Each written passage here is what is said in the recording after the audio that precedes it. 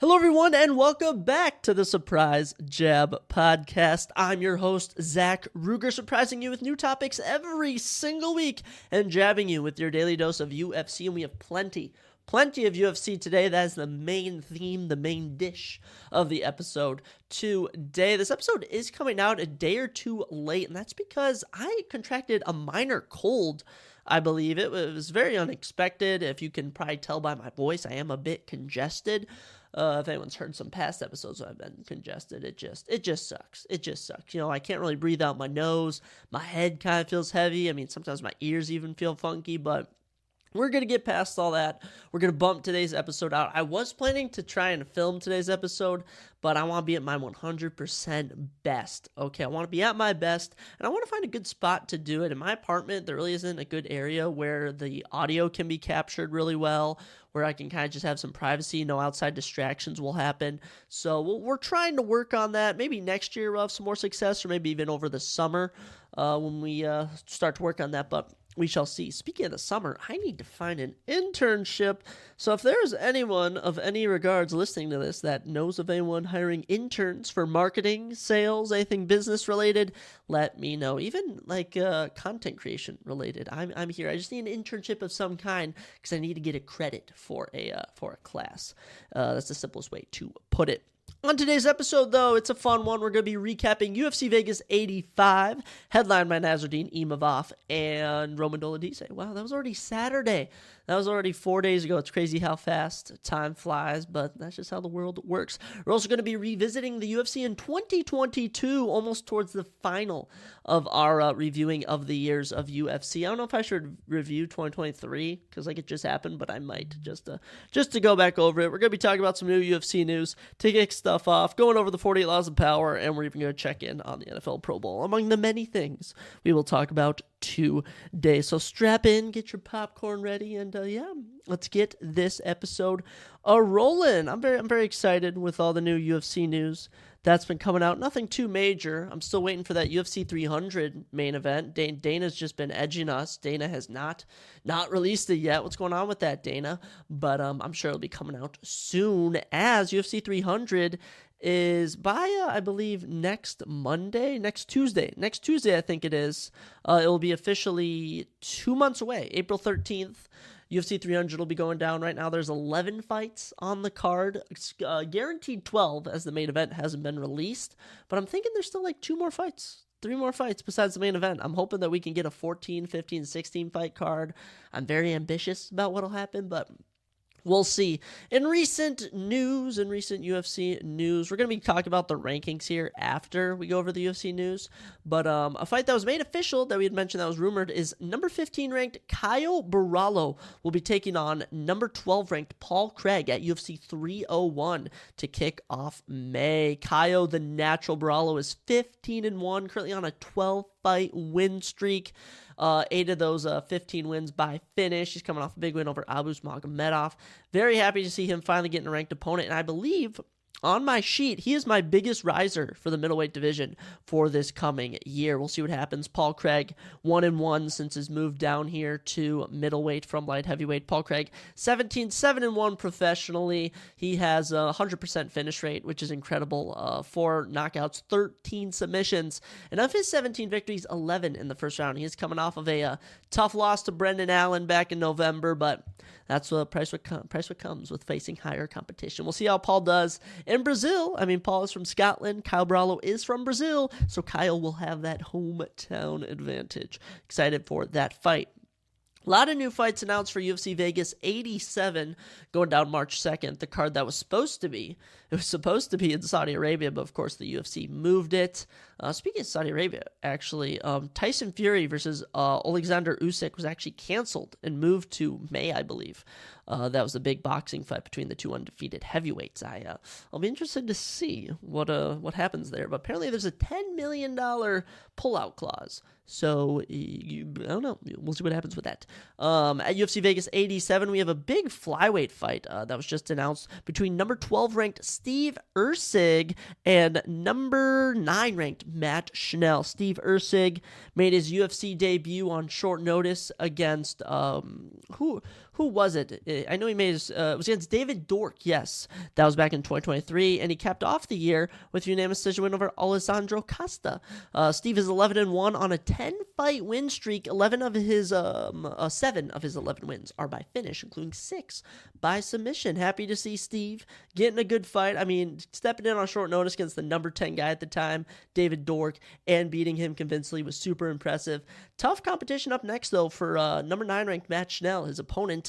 Matt is 16-7, 11 of his 16 wins by finish, including 9 of those in the first round. He is on a little losing streak, or he lost last time to Matthias Nakalu, got knocked out there, but before that he had a comeback of the year in 2022 against Sumadarji, but before that got submitted by Brandon Royval. So it's been hit or miss with Matt Danger Schnell, but I'll be interested to see. My predictions for both of these fights, probably Steve Erceg and Kyle Brallo. I expect them both to make the jump up into the top 10 of their respective divisions. Also going down at UFC Vegas 87, Christian Leroy Duncan and Claudio Ribeiro, 2 notable unranked, what even weight class are they? Middleweight, I believe they are, always fluctuating. Christian Leroy Duncan is 9-1, coming off a big win over Dusko Todorovic, and also actually I think before that was Dennis Tululin. I think Dennis Tululin was his last fight. He was a Cage Warriors champion. He takes on Claudio Ribeiro, who was 1-2 in the UFC. Got a big finish over Joseph Holmes. But other than that, it's been knocked out by Roman Kopylov, knocked out by Abdul Razak Al Hassan. This guy's a Brazilian black tie. I mean, he's talented, but I don't know how he's going to do. That should be a good fight, though. UFC Vegas 87, yet to have a main event for that March 2nd card. How is that March 2nd card shaping up? You have potential. I'd say we do Alex Perez versus Muhammad Mokaev in the main event. It's going to be at the Apex anyways. You also have Shamil Gaziev and Jairzinho Rozenstruik. That could be the main event. I think MMA Theory on Instagram, a great page, proposed that the Apex be more for fights we saw between Nasruddin and Roman Dolidze, between kind of these up-and-coming fighters. And I really agree with that statement. I think that's probably the best option going forward that we could do, since no one really cares about the Apex. And even after watching this past weekend's card, it gave us no reason to like watching the Apex fights. 2 releases in the UFC between Albert Durov and Phil Haas. Phil Haas, of course, had been knocked out like his last 4 fights, was recently knocked out on the last card against, who knocked out Phil Haas? Bruno Ferreira. Just has no chin. Shame to see. Very unfortunate. Goodbye, Phil Haas. Had so much prowess, so much potential when he debuted at UFC 254 and knocked out Jacob Malkound in 18 seconds. Since then, never got the ball rolling. He did beat Nasruddin Imavov, though. I find that very fascinating. But he was knocked out by Roman Dolidze. And Albert Durov went 1-2 in the UFC. Last 2 fights just got finished. Just never got it going. Albert Durov looked so good on Dana White's Contender Series, gets to the UFC and just does not do much. So sad to see that as well. But guys, you can always work your way back. In unfortunate news, Balaji Oki will be getting a new opponent after Damir Hadzovic has pulled out of their upcoming fight this Saturday. In will step Timothy Kuambo. Timothy is 8-1, making his UFC debut, born in February of 1999. Notable wins, he's beaten Matteo Vogel, which is oddly familiar. He's coming from Extreme Couture, same gym as Sean Strickland, Chris Curtis, and Roman Dolidze, now we mention him. Excited to see him. But Balaji Oki, we're going to be talking about him this weekend a lot. Very much looking forward to his fight. Had a big win over Dylan Salvador on Dana White's Contender Series. He is coming from, he actually won the Atomic FC Championship in some realm. I believe he's from Belgium, too. Balaji Oki coming from Dana White's Contender Series. Excited for that fight. In other non-actual fight-related news, Anthony Smith has been itching to get back in the octagon. He said that his next booking has to be something that he deems as fun. So what can we give the 30-something-year-old light heavyweight? Anthony Smith is currently ranked number 10 at light heavyweight, and he's not facing anyone above him. Okay, he's beaten the number 11 guy Ryan Spann, number 12 guy Alonzo Menefield. So what are some fun fights for him? Well, number 14 ranked Dominic Reyes. This could be a fight that the UFC deems winner stays in the UFC, loser goes. That could be a potential option. You got Dustin Jacoby, who's also in his 30s. Him and Anthony Smith fight a similar banging out style, can grapple when they want to. I'd be interested in that fight. But the realistic one fight that was booked before Khalil Rountree Jr. stepped in, was Azamat Murzakanov, who I think would be a perfect opponent for Anthony Smith. Azamat Murzakanov is 13-0 with 9 of those victories by knockout, undefeated, coming off a win over the man I was just mentioning, Dustin Jacoby, and I think that would be a very, very fun fight for Anthony Smith. Other than that, there really isn't anyone fun that Anthony Smith fighting isn't too fun. But there's no legends for him to fight. He's either fighting a hungry up-and-comer or someone like the people I just listed. So, Anthony, if it was up to me, I'd give you Azamat Murzakanov. If I was generous, Dominic Reyes or Dustin Jacoby. But if I'm the UFC, you're probably going to get someone like Carlos Ulberg at this rate. And Carlos Ulberg could be breaking into the rankings soon. He fights Alonzo Menefield coming up. And last in our new UFC news, Brendan Allen, who fights Marvin Vettori, the event April 6th before UFC 300, recently said on MMA Junkie that beating Marvin Vettori should get me a UFC title shot, or worst case scenario, a true #1 contender fight. And we'll even like that on Twitter, because I completely agree. I'm with you, Brendan. I'm with you. Brendan Allen currently ranked number 7 at men's middleweight. He's on like a 5 or 6 fight win streak. 6-fight win streak. 5 of those 6 wins by finish, coming off the huge win over Paul Craig. And as he takes on Marvin Vettori, Marvin coming off the loss to Jared Cannonier, always a gritty fighter, 19-7-1 professional record, 11 first-round finishes, hasn't really gotten one lately. Hasn't really gotten one. By the way, of those 11 first-round finishes, those have been all the finishes he's gotten, so he either goes the distance or gets a finish in round 1. Never been finished either, which I find very impressive. That fight's really tough to tell because of how durable Marvin Vettori is, but just how hot Brendan Allen has been of late. I would probably lean more towards Brendan Allen at the moment, but the winner of that should be ranked number 5, and if Brendan Allen wins that, he's looking at 3 potential names, depending what happens with Jared Cannonier, Israel Adesanya, and Khamzat Chimaev in the coming weeks when we get fight announcements.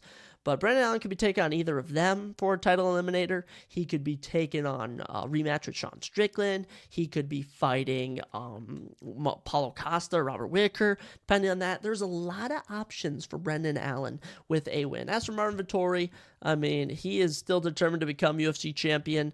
It's not out of the picture, but I don't know. It's tough to tell. Those are all potential fights coming up in the future. I say we save the UFC rankings for the end of the episode when we go over UFC Vegas 87. So that'll conclude our new UFC news. Like I said, not too much, but enough for us casual, or not casual, but us notable UFC fans will go, oh yeah, that's cool. That is super cool.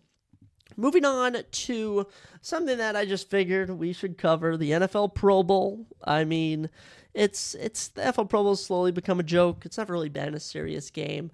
But this year was super weird. Started Thursday, February 1st, ran until February 4th, this Sunday. That's this past Sunday. And they had a number of different competitions. And basically, I've learned that the entire premise is based on AFC versus NFC. And let me just read you all the results of this. So we kicked things off. The opening round was a precision passing and accuracy competition in which each quarterback from both conferences attempted to hit as many targets as possible in 1 minute. And lo and behold, the winner of the whole competition was C.J. Stroud, who had 26 points, representing the AFC and the Houston Texans. And number 2 was Baker Mayfield of the Buccaneers with 24. Incredible to see. Very interesting. Jalen Hurts and Tua Tagovailoa finished at the bottom of the precision passing. Very funny. And in the final round, Baker Mayfield actually edged out C.J. Stroud by 1 point, oddly earning the NFC 3 points in this basically tie. In just every competition, it was either the NFC gets points or the AFC gets points. It was like Peyton Manning was representing the AFC, Eli Manning representing the NFC. I don't know. It was a cluster, you know what, if you ask me.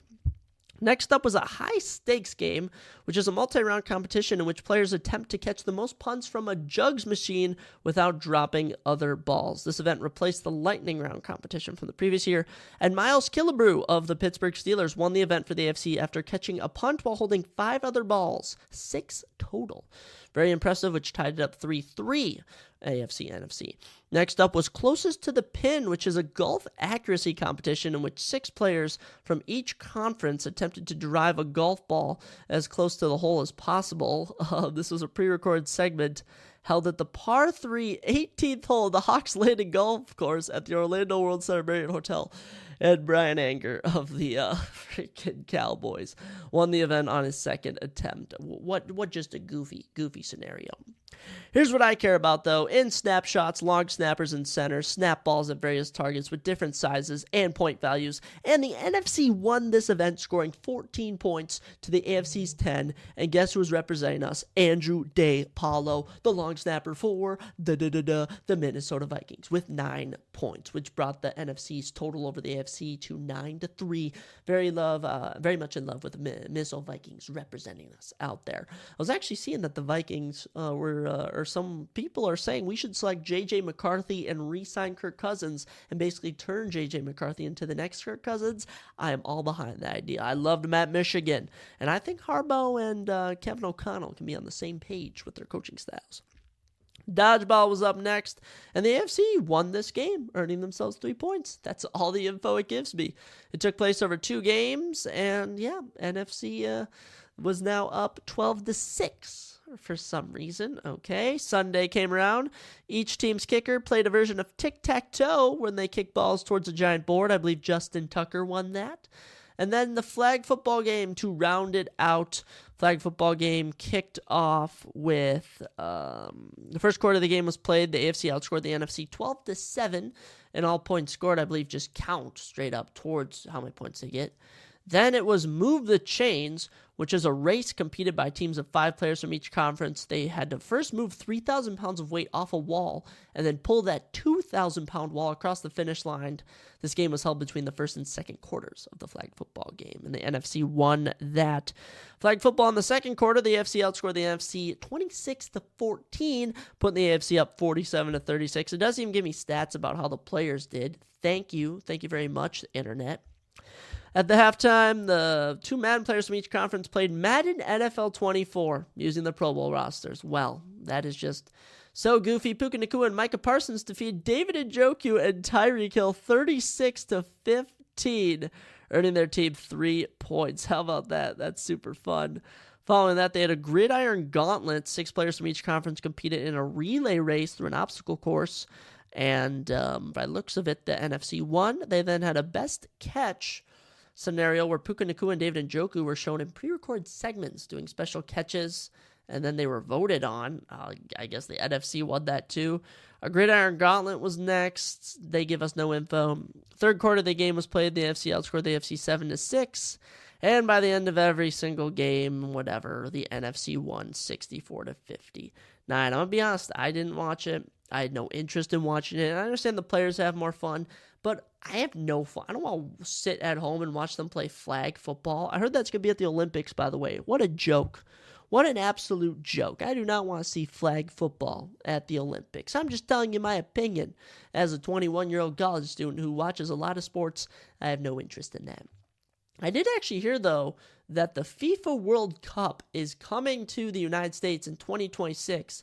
I don't know if it's to Los Angeles or it's coming somewhere in the United States. I saw a clip of the turf that's currently on that field, and it is rough. Some player tried to slide on it and literally broke through the turf. It was very comical. You can find it on the internet. But man, I don't know what to make of that. NFL Pro Bowl, very, very fascinating.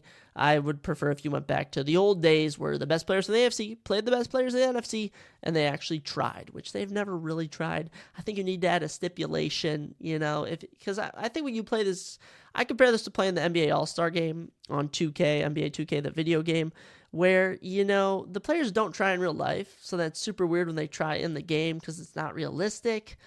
I don't know. I don't know how to fix it. That's my issue. It's because players don't want to get hurt, so you need to give them an incentive on why they should play hard. We're just going to leave the NFL Pro Bowl there, as there's no more interest in it. Tell you what I do have interest in, that is the 48 Laws of Power, the book I've been reading and talking about on the podcast. It's been fun. When we last chatted, I believe I talked about law number 23. I'm halfway through law number 27 right now, so I'll share with you laws 24, 25, and 26, just with all the fun information I've been reading. So, law number 24, very interesting one. Play the perfect courtier. The perfect courtier thrives in a world where everything revolves around power and political dexterity. He has mastered the art of indirection. He flatters, yields to superiors, and asserts power over others in the most oblique and graceful manner. Learn and apply the laws of courtiership, and there will be no limit to how far you can rise in the court. And the laws of court politics are avoid ostentation, which is basically not causing any suspicion, not stirring up any envy. Be careful with your achievements. Never overachieve against people. And this doesn't mean not win, but always be humble. Never make people think that that you're better than them, because that's what people hate. Now, with some people, you have to, such as practicing nonchalance. Never seem to be working too hard. Okay, that's why, because you want your superiors to acknowledge you, but you never want them to think that you're a threat. Very fascinating. Be frugal with flattery. It may seem that your superiors cannot get enough flattery, but too much even of a good thing loses its value. This actually applies to some women when you're trying to get them. There's a lot of actually, this applies to women at the bar. I've never done this before, but this is just from observation, is that if you go up to pretty girls here all the time that they're beautiful. So let's say you go up to some girl, you got to hit her with something new. You got to hit her with something fresh. Or this goes for resumes even. Jobs get the same damn resume over and over and over again. You got to stand out. When you do something, you have to stand out. All right, which leads into the next one. Arrange to be noticed. There is a paradox. You cannot display yourself too brazenly, yet you must also get yourself noticed. Pay attention to your physical appearance and find a way to create a subtle distinctive style and image. I've been working on this. I don't really have enough funds right now, personally, to be separating myself style-wise. I've been trying to think of, I do wear this pair of glasses everywhere I go. It's kind of becoming a joke with some people I know that, I always got these glasses on. And that could be something. I kind of like them. I'm an aviator, man. I like the aviator glasses, feeling like I'm in Top Gun or something. Cool stuff like that.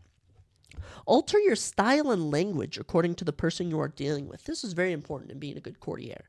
Okay, and this goes into interviews too. When you go to a certain interview, you can't act the exact same for every single company. You have to know what that company's about, who the owners, who the heads of these companies are, and what kind of styles they are of talking and dealing with people. So you always have to be a chameleon, if you will, always changing your colors with who you deal with. Never be the bearer of bad news. I'm working on this. I've been working on this. I've been trying to be someone who never brings up bad news. Now, with family and specific friends, loved ones, it is different. You have to share that. But with random people, with casual friends, with colleagues, always try and tell them good stuff. Never say bad news. The king kills the messenger who brings the bad news. This may be a cliche, but there is some truth to it. Never affect friendliness and intimacy with your master. That is right. This goes for your boss. Your boss is never your friend. Your boss is your boss. And this happens too. When you become a master, you have to have some authority over people. You can be cordial, but never intimate. Never criticize those above you directly. This is very important. People have gotten their heads chopped off. People have gotten fired. Relationships have ended when you criticize someone who has more authority than you. Be frugal in asking those above you for favors. Nothing irritates a master more than having to reject someone's request. It stirs up guilt and resentment. I certainly feel this way. I'm not going to say there are some relationships in my life where I can tell I do necessarily hold some authority over people, and there's also where other situations where people hold authority over me. And I can tell when someone asks you something and you have to say no. You hate saying no because they're not going to be happy. You're not going to be happy. So there is some resentment there. Never joke about appearances or taste. This is very important. Never criticize. You can inwardly criticize. You can think in your head, and but never speak it out loudly. Do not be the court cynic. Express admiration for the good work of others. If you constantly criticize your equals or subordinates, some of the criticism will rub off on you, hovering over you like a gray cloud wherever you go. People build reputations. Okay, I wonder what a lot of my reputations are to different people, because I'm sure between my girlfriend, between my mom, my dad, my grandpa, let's say my best friend, my casual friends, people I see in class every day, they hold certain reputations about me. I have a certain reputation, and it can be different. So never be cynical, okay? Always be admirable of people. Also, is this the last one? Is this the last one? Nope. We're still going through all the different Cordier laws. Be self-observant. The mirror is a miraculous invention. Without it, you would commit great sins against beauty and decorum. You also need a mirror for your actions. You need to be cautious of what you say. You know the saying, all right, every teacher, every parent said it. Think before you speak. I've been learning to deal with this since I was a wee little Zachary. Okay, it is tough. It is tough to think before you speak, especially someone like me. You know, I've been only child my whole life, and I've had tons of friends. Okay, I've never been lonely. But when no one's around and I'm at home, I was playing war outside. I was talking to my imaginary comrades in war. When I'm downstairs playing Lego Wars, I'm voicing the characters. And so, it comes naturally to me, just saying whatever off the top of my head, learning to be self-observant, not say what needs to be said, not do certain actions. Actions speak louder than words. Remember that saying? Just certain things that you need to be aware of when you're trying to be a good courtier. Master your emotions. As simple as it could be, you need to not get emotional. And I deal with this. I have little outbursts, if you want to call it that, an impatience, such as the red light turns green and the car in front of me doesn't go. I'm immediately like, come on, guy, move, And then some people in the car may be like, okay, hold on. Or the food, when you're waiting on your food for a while. And, you just can't be impatient. You certainly can't be crying all the time. I will say, if you're going to master any emotion, I'll say laughing and smiling can be one of your best tools for using just in a majority of scenarios, but also silence. Silence is good. Fit the spirit of the times. Second to last one, a slight affection of a past era can be charming as long as you choose a period of at least 20 years back. Wearing the fashions of 10 years ago is ludicrous unless you enjoy the role of court jester. Okay, what does this mean? You need to have style either with the times or multiple decades back. Think about people who are still dressing like it's 2010. They got the neon Nike pants on. They got the freaking flat build hats on still. That stuff is so 10 years ago, back when I was in elementary school. If you're going to dress anyway, dress old-fashioned, ancient. Not ancient, but I'd say some 90s styles can be coming back. I mean, think about perms. Perms were back. Mullets were back from the 80s. Some stuff never goes away. And the last thing about being a courtier, this is just the first part of this, is be a source of pleasure. This is critical.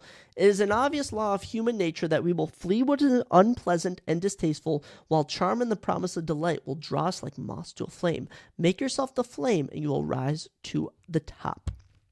John de la Brusaire had a famous quote, "A man who knows the court is a master of his gestures, of his eyes, and of his face.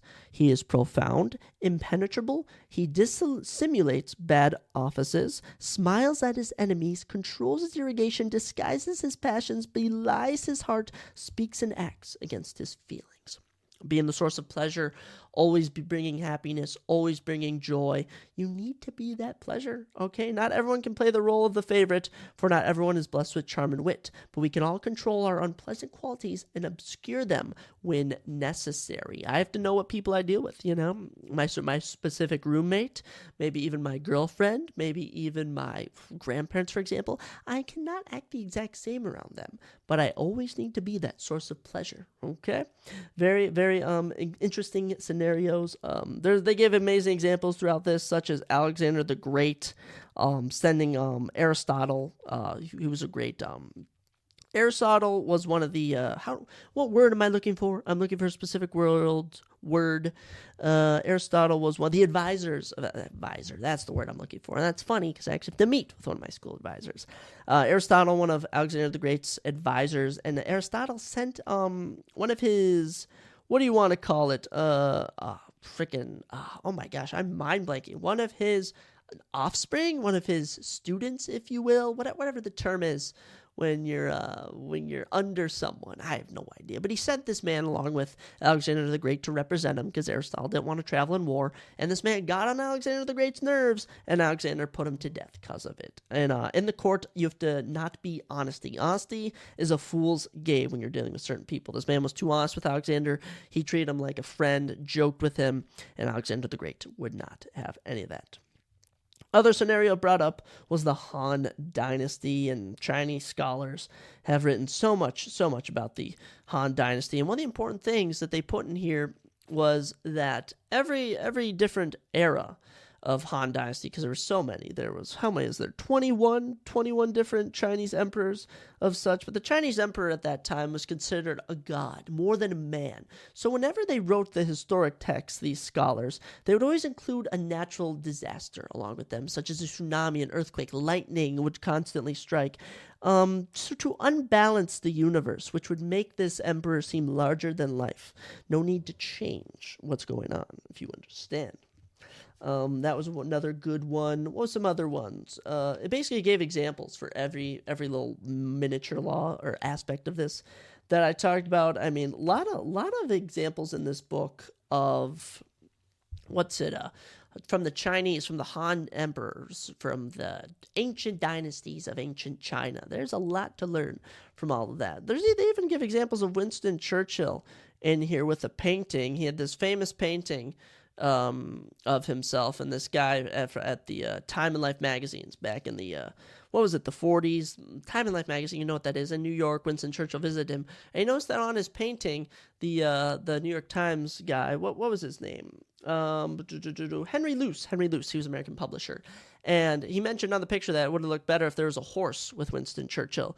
So Winston said, give me that.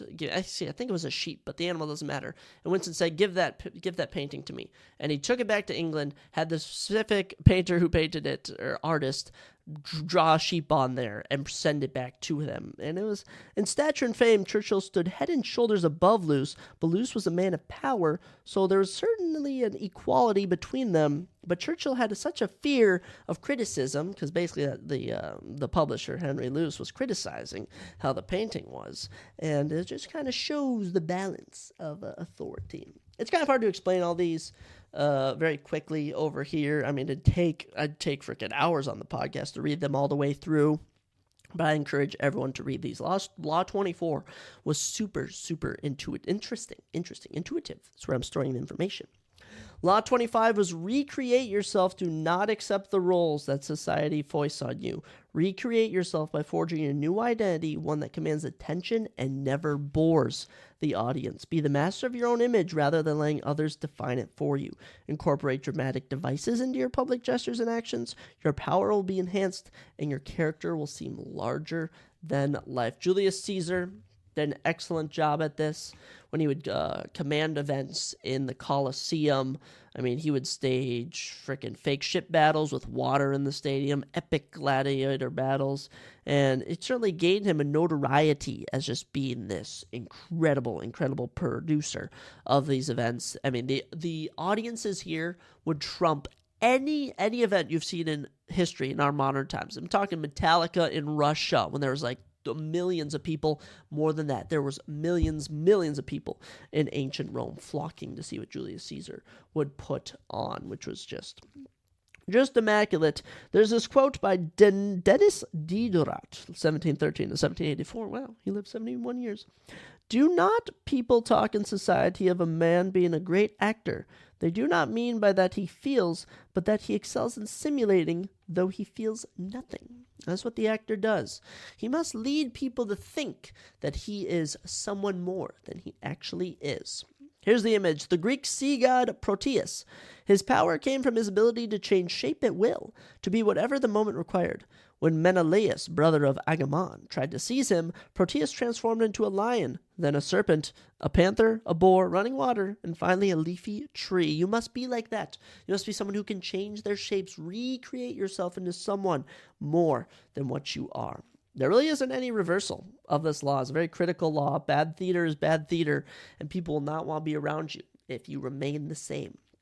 Here's what Baltazar Gracian said. He's had an amazing number of quotes. I love writing down his quotes as my quote of the weeks. There's so many in this book. Here's his quote. Know how to be all things to all men. A discreet Proteus, a scholar among scholars, a saint among saints. That is the art of winning over everyone, for like attracts like. Take note of temperaments and adapt yourself to that of each person you meet. Follow the lead of the serious and jovial in turn, changing your mood discreetly. Very much like that law. I mean, just was there not to like recreate yourself? Everyone needs to do it at some point. Everyone needs to give up the childhood antics. I certainly know I need to hang on to my childhood sometimes. You know, I have these stuffed animals that I still keep with me, you know, reminding me of my childhood. I still play Xbox. I still play video games, making no money off of it. I still wear certain clothing that may be out of style, you know, with a lot of writing on it. And, you know, there's just something about it that I just know. The older I get, the more I need to change how I act. I need to recreate myself to obtain power. Ooh, mysterious. Ooh. And the final law we will talk about is Law 26, which is keep your hands clean. Here's what it says. You must seem a paragon of civility and efficiency. Your hands are never soiled by mistakes and nasty deeds. Maintain such a spotless appearance by using others as scapegoats and cat paws to disguise your involvement. This one I've been starting to catch myself on, is whenever I say something that makes me look negative in any regard. A funny story about how I fell. A funny story about how I failed to do something. I got caught doing something. I catch myself saying that. Anything negative about myself, such as someone saying, like, I think I mentioned to one of my friends, like, yeah, you know, I've been trying to hit more abs at the gym and running more to get a six-pack. And they said, oh, you don't have a six-pack? I thought you had one. And I was like, no. And even little interactions like that leave imprints that I am not some perfect person, which I don't. The goal is not to be perfect. It's to make people think that you are spotless in a way. There are two parts to this law. The first is conceal your mistakes, have a scapegoat around you to take the blame. And this was such a just an interesting look into the ancient ways of stuff. It talked about, I don't want to butcher this, but this was in Chinese Han Empire. Cao Cao emerged as the most powerful man in the country, and we thought, what was it? I'm trying to say seek, but in like a different term. Sought, I think is. He sought to extend his power base and to rid himself of all his rivals. He had this plan to take over, and his troops were starting to get a bit put off by him. They weren't really feeling what Cao Cao was talking about. So, and who told him this was actually the chef's cook, his cook. Hans, Cao Cao's personal cook. And what did he do? You know, the soldiers, they were mad at him about stuff. And what Cao Cao had the cook put himself to death, and he hung his head in the center of the camp next to the cooking pot. And it was basically just a symbol of what happens when you when you criticize someone above you. And he was his scapegoat to obtain power. Now, this is a terrible example. This is just the example I'm giving. I'm not cutting anyone's head off. I'm not saying to do that to anyone. There is this certain story in the observance of the law, number 2. Caesar Borgia campaigned to gain control of large parts of Italy in the name of his father, Pope Alexander. And when he finally came over the town of Romagna, he put into power, if you will, or just this man named Romero de Orco, who can only be described as a cruel and vigorous man. He was basically the police, if you will, the town executioner. He commanded authority. And when people started to not like the way things were being run, you know, Caesar put Orco to death and hung his headless body in the center of the town. And the whole point of this is that he put the scapegoat in that position for once they finally got mad. Little did they know it was Caesar they should be mad at. But Caesar Borgia killed the man he put in power so that he could keep his power. Very, very fascinating. Here's the image for you. The innocent goat. On the Day of Atonement, the high priest brings the goat into the temple, places his hands on its head, and confesses the people's sins, transferring guilt to the guiltless beast, which is then led to the wilderness and abandoned, the people's sins and blame vanishing with it. This is from biblical times. Even the scapegoat represents all the sin in the world, and we send it out, you know, in some drastic conditions, killing, but we don't really deal with that. The Baltazar Gracian quote here was, folly consists not in committing folly, but in being incapable of concealing it.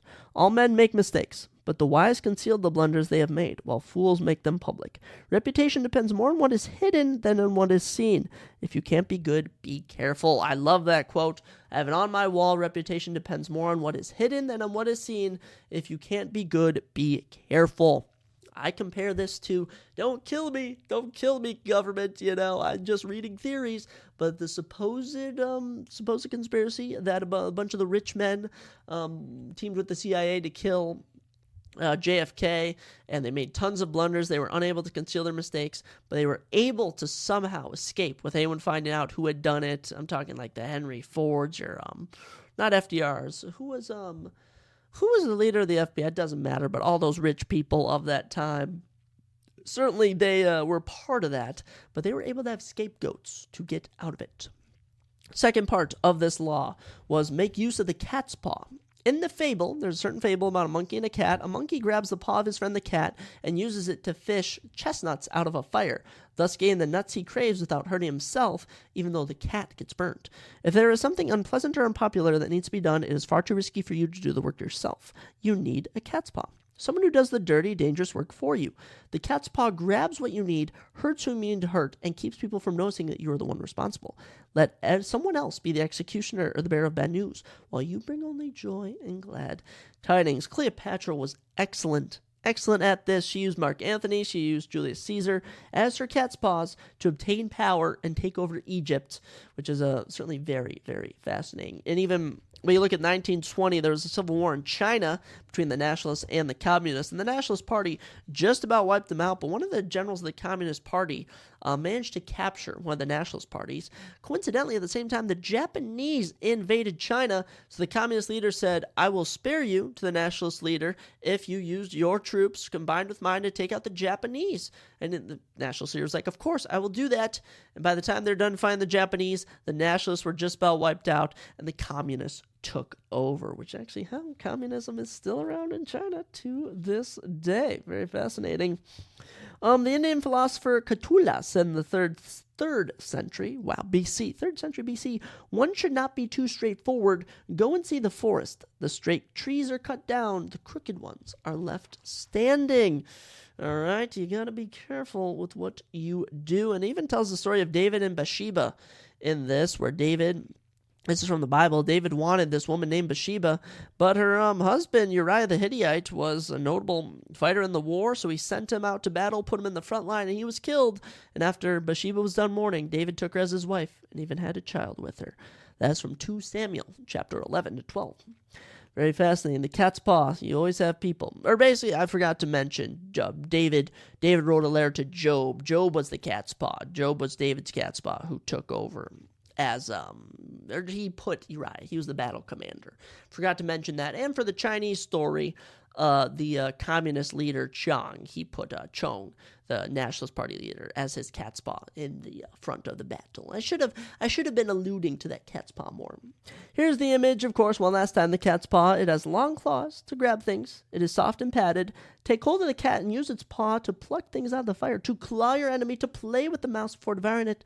Sometimes you hurt the cat, but most often, it doesn't feel a thing. That's what you got to do. That's what you got to do to obtain power. You must always have people that you can use to your advantage. I've been starting to notice this more as I look to get good grades, that there are always people I can reach out to obtain me work, to do stuff for me. And as I level up in the world, I'm going to take note to get some scapegoats and cat paws under my wings. Not in a malicious way, all for good, all for the good, Sometimes I read these chapters and I worry people are going to think I'm some evil man who just wants to take over. But no, I'm just a humble reader who likes to learn more and more as the days go by. But that's all we got for the 48 Laws of Power. Next episode, Thursday or Friday, we'll be looking at Laws 27... 28, 29, I should be able to get through a couple of those as we get to that point. Let's go. Right now, we're going to revisit the UFC in 2022 as our series of revisiting the UFC, talk about events that happened, where I was for certain events, continues. A new segment that we are actually going to be incorporating in the coming weeks or months, whenever I just have like a free period where I have nothing to talk about on the podcast, is we're going to be looking at past WrestleManias as we build to WrestleMania 40 going down the first weekend of April 6th and 7th. Wow, so UFC Vegas 90 is going to be overshadowed. Personally, can you believe WrestleMania is one weekend and UFC 300 is the next? And this comes from a wrestling fan who really only tunes in for the first 4 months of the year. But yes, we're going to go through, review all the past WrestleManias. I'm thinking we do them in segments of 10.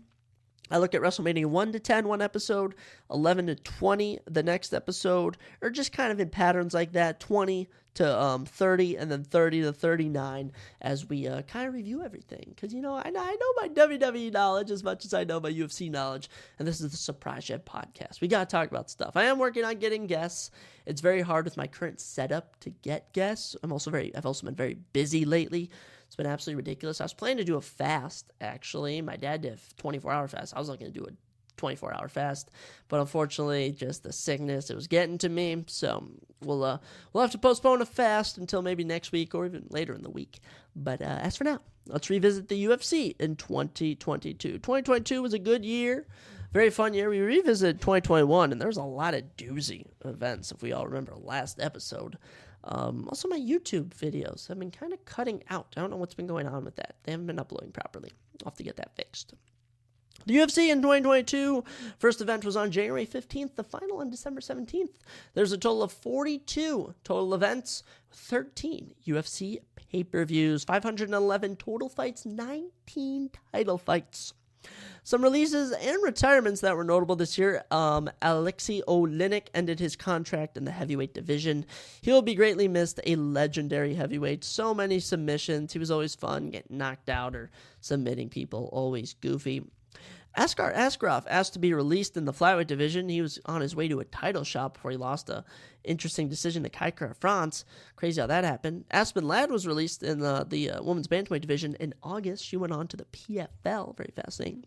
Ben Rothwell was released in April and actually went on to have success in bare knuckle fighting. Pretty cool there for Ben Rothwell. Other notable retirements, signees. Donald Cerrone retired in July, one of the greats of the lightweight division. Always enjoyed watching Donald Cerrone fight. Always so fun watching him compete. Shame that he had retired, but that's how it goes.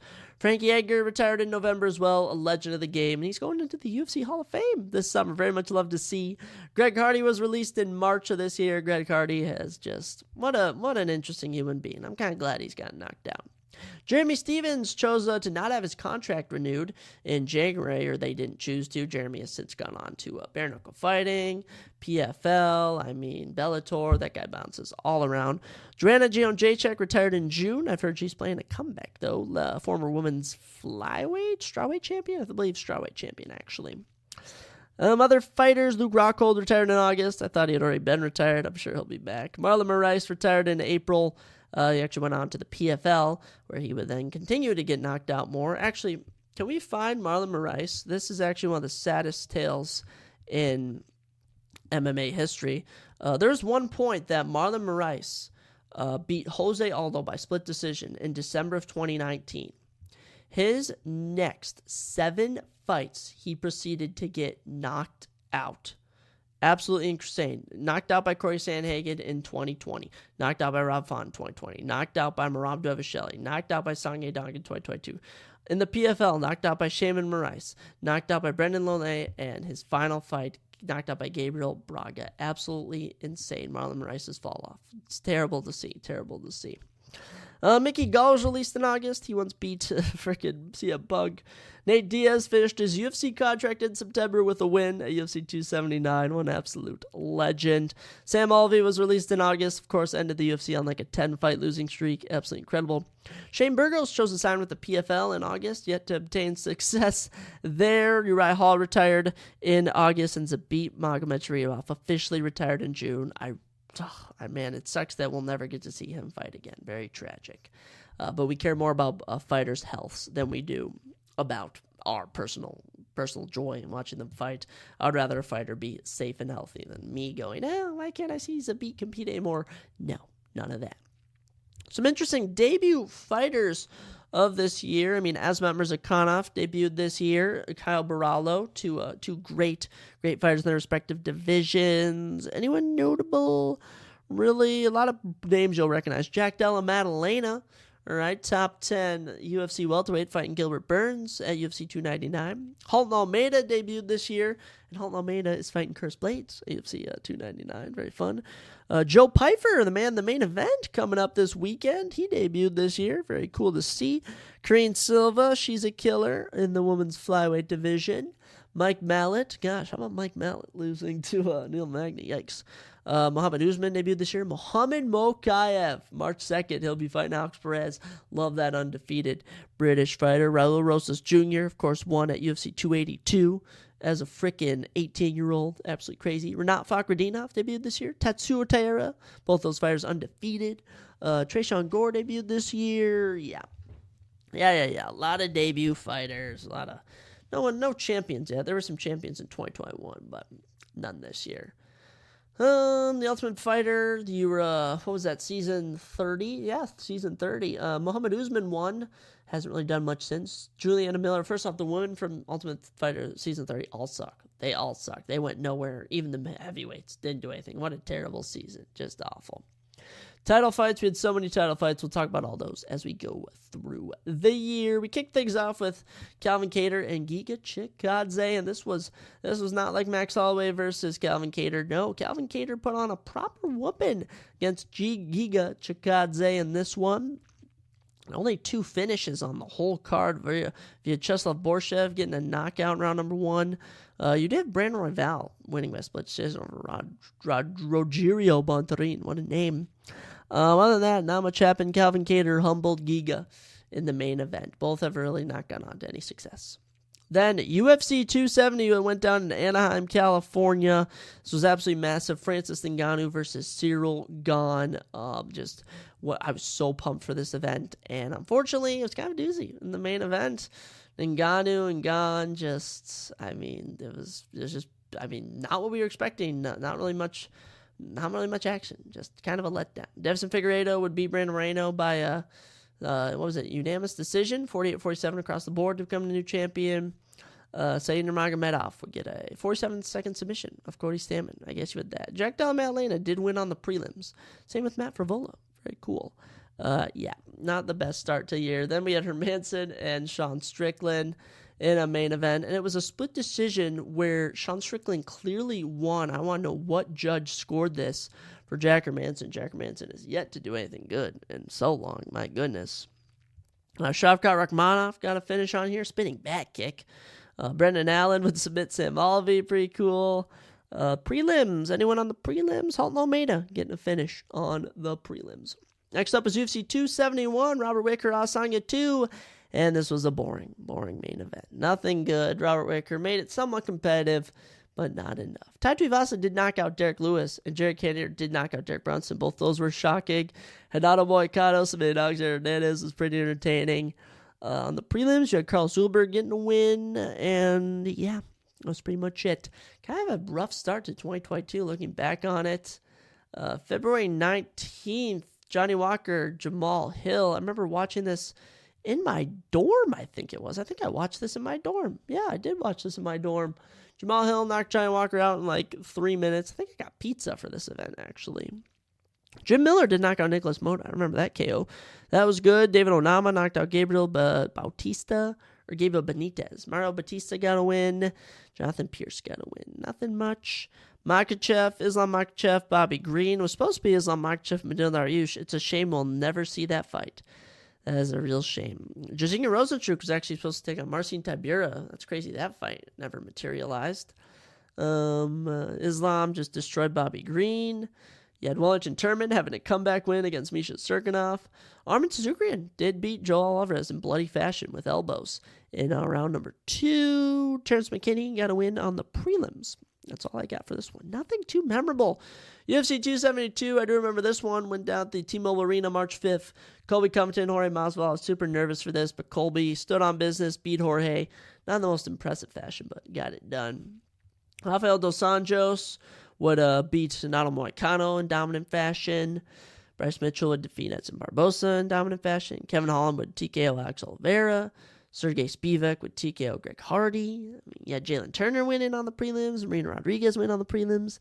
Not too much happened. Umar Nurmagomedov made an appearance. Gosh, 2022. nothing really memorable as we look back on it. Colby Covington already Masvidal one fight of the night. That is atrocious. Thiago Santos, Magomedov Ankalaev, another fight I definitely watched in my dorm or on my phone. Azmat Mirzakhanov got a finish on the prelims. Just looking through the year, I mean, nothing too memorable. Drew Dober's comeback win over Terrence McKinney on this card was very cool. Bruno Silva not getting finished by Alex Pereira on the main card was super interesting. Khalil Roundtree Jr.'s body kick TKO of Carl Roberson, brutal. Song Dong knocking out Marlon Moraes in 2 minutes. Very impressive. And Magomed, just the downfall of Thiago Santos, destroying him. I do remember this card, though. This is one of my favorite cards of all time. UFC Fight Night, Alexander Volkov versus Tom Aspinall at the O2 Arena in England. This is one of just the craziest cards. I mean, we kick it off with the debuting Muhammad Mokaev, who submits Cody Durden in 58 seconds. We then have 2 boring decisions. Then Paul Craig submits Nikita Krylov in round 1. Sergey Pavlovich TKOs Shamil Abdurakhimov in round 1. And Makwan Amirkhani submits Mike Grundy in round 1. We then get to the main card. Ian Topira almost gets knocked out by Jai Herbert in round 1. Comes back in round 2 and knocks him out with the craziest combo. 1-punch knockout. Incredible. Then Molly McCann spinning back elbow in round 3 over Luiana Carolina. Amazing to see. Gunnar Nelson's return, I mean, just dominated Takashi Soto. We then watched Patty Pimblett get a finish. That was crazy. Arnold Allen, TKO Dan Hooker, and Tom Aspinall submit Alexander Volkov. This crowd was absolutely electric. Loved this event. And every fighter who got a finish got $50K. Absolutely amazing. What do you know? You had Sergey Pavlovich, Muhammad Mokaev, Paul Craig, Ian Topira, Patty Pimblett, Tom Aspinall, Arnold Allen, all on the same card. Absolutely stacked. In one of the most random events, we went to Columbus, Ohio, March 22nd, for Curtis Blades versus Chris Daukaus as the main event. It was absolutely so random. Actually, Humblhovich and Alexander Rakic was supposed to be the headliner. Pretty interesting. Chris Blades would, of course, knock Chris Daukaus out in round number 2, 17 seconds in. He actually had Alexa Grasso getting a finish on this card. Kaikar France and Askar Askarov packing on this card. Yeah, man, if you are going to win on the prelims, yeah, nothing too much. As we go through the years, wow, the years are way more exciting when you're living them. UFC 273, one of the rare pay-per-views that I missed. I remember I was actually at the bar, and we thought that they were going to put it on the TV, but they ended up not putting it on the TV. This is before I knew about streaming, just on the low key. But yeah, you admit Mike Mallet actually getting a finish on this card. Ian Gary winning on the prelims. Hamza Chimaev and Gilbert Burns putting on their legendary fight. Aljamain Sterling winning a very close split decision over Piotr Jan, and Alexander Volkanovski destroying Chan Sung Jung in the main event. Just absolutely brutal. Holy cow. A lot of canceled fights on this card. Kelvin Gastelum was supposed to fight Nasruddin Imavov. That fight never materialized. And Dricus du Plessis was supposed to fight Chris Curtis, and then was supposed to fight Anthony Hernandez. Wow. A lot of canceled fights. Any others? No. Another dominating Volk performance here. We then, oh my goodness, yes. Then we had Vicente Luque, Bilal Muhammad 2. I cannot believe Vicente Luque lost to Bilal Muhammad here. In terrible fashion, too. Just did nothing. Top to bottom, this card sucked. I mean, there's just nothing good on this card. We don't even have anything to talk about. I can't believe Vicente Luque lost to Bilal Muhammad. Then, April 23rd, we had Amanda Lemos submitting Jessica Andrade round number 1. I think I did watch this in my dorm, too. Submitted her in round number 1. You also had Claudio Puelles getting a knee bar. Charles Jourdain getting a submission in round 1. Nothing else for you. And Mike Jackson and Dean Barry's weird eye gouge. Oh, my gosh, that was so weird. Rob Font and Marlon Vera, April 30th. I do recall this event. It was the rise of Marlon Vera. Absolutely destroyed Rob Font in like the final 3 rounds of the fight. You had Grant Dawson getting a win on this card. Andre Anderson Brito getting a win. Andrei Arlovsky actually winning a fight. How about that? Fun stuff. Fun stuff. Not really. A lot of these fight nights are just terrible. I wonder if we look back on other years if they were good. UFC 274, one of my most torn fight night cards I've ever watched. My goodness. Where do we begin with this? Just wasn't that good of a card. I mean, just decisions galore. Your one finish. 2 finishes on the prelim was Andre Fiallo over Cameron Van Camp and Brandon Royval over Matt Schnell.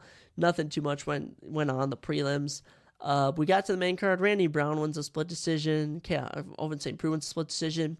Then Michael Chandler and Tony Ferguson light the building on fire, and I remember that my reaction when Michael Chandler knocked Tony Ferguson out with a front kick. I was in my living room watching this with my girlfriend and my parents, and I leapt up. I was just running around the room. I was like, that was the craziest KO I've ever seen. And honestly, that is still probably the craziest live KO I've ever seen. Just watching Tony Ferguson go lifeless, Michael Chandler do backflips on his unconscious body. There was just something nasty about it. I then witnessed the worst fight in mixed martial arts history between Carlos Barza and Rose Namajunas. It was worse than Yoel Romero and Israel Adesanya. That's hard to top. Nothing happened. So boring. Absolutely awful.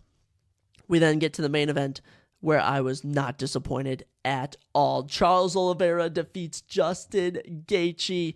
Oh my gosh, this was absolutely insane. And Charles missed weight by 0.5 pounds. There was controversy to that, so they stripped him of the belt, but he still managed to drop Justin Gaethje and submit him in just over 3 minutes. The rise of Charles Oliveira. Oh my gosh, some of my favorite memories. Then, May 14th, Jan Blachowicz versus Alexander Rakic. I actually remember where I was. I actually went over to my buddy Tyler's house with my girlfriend, Lashinsky, that was. And I recall watching this, and honestly, it wasn't terrible. You had a couple finishes on the main card. Manuel Torres getting a knockout, Davey Grant getting a knockout, Ryan Spann getting a submission.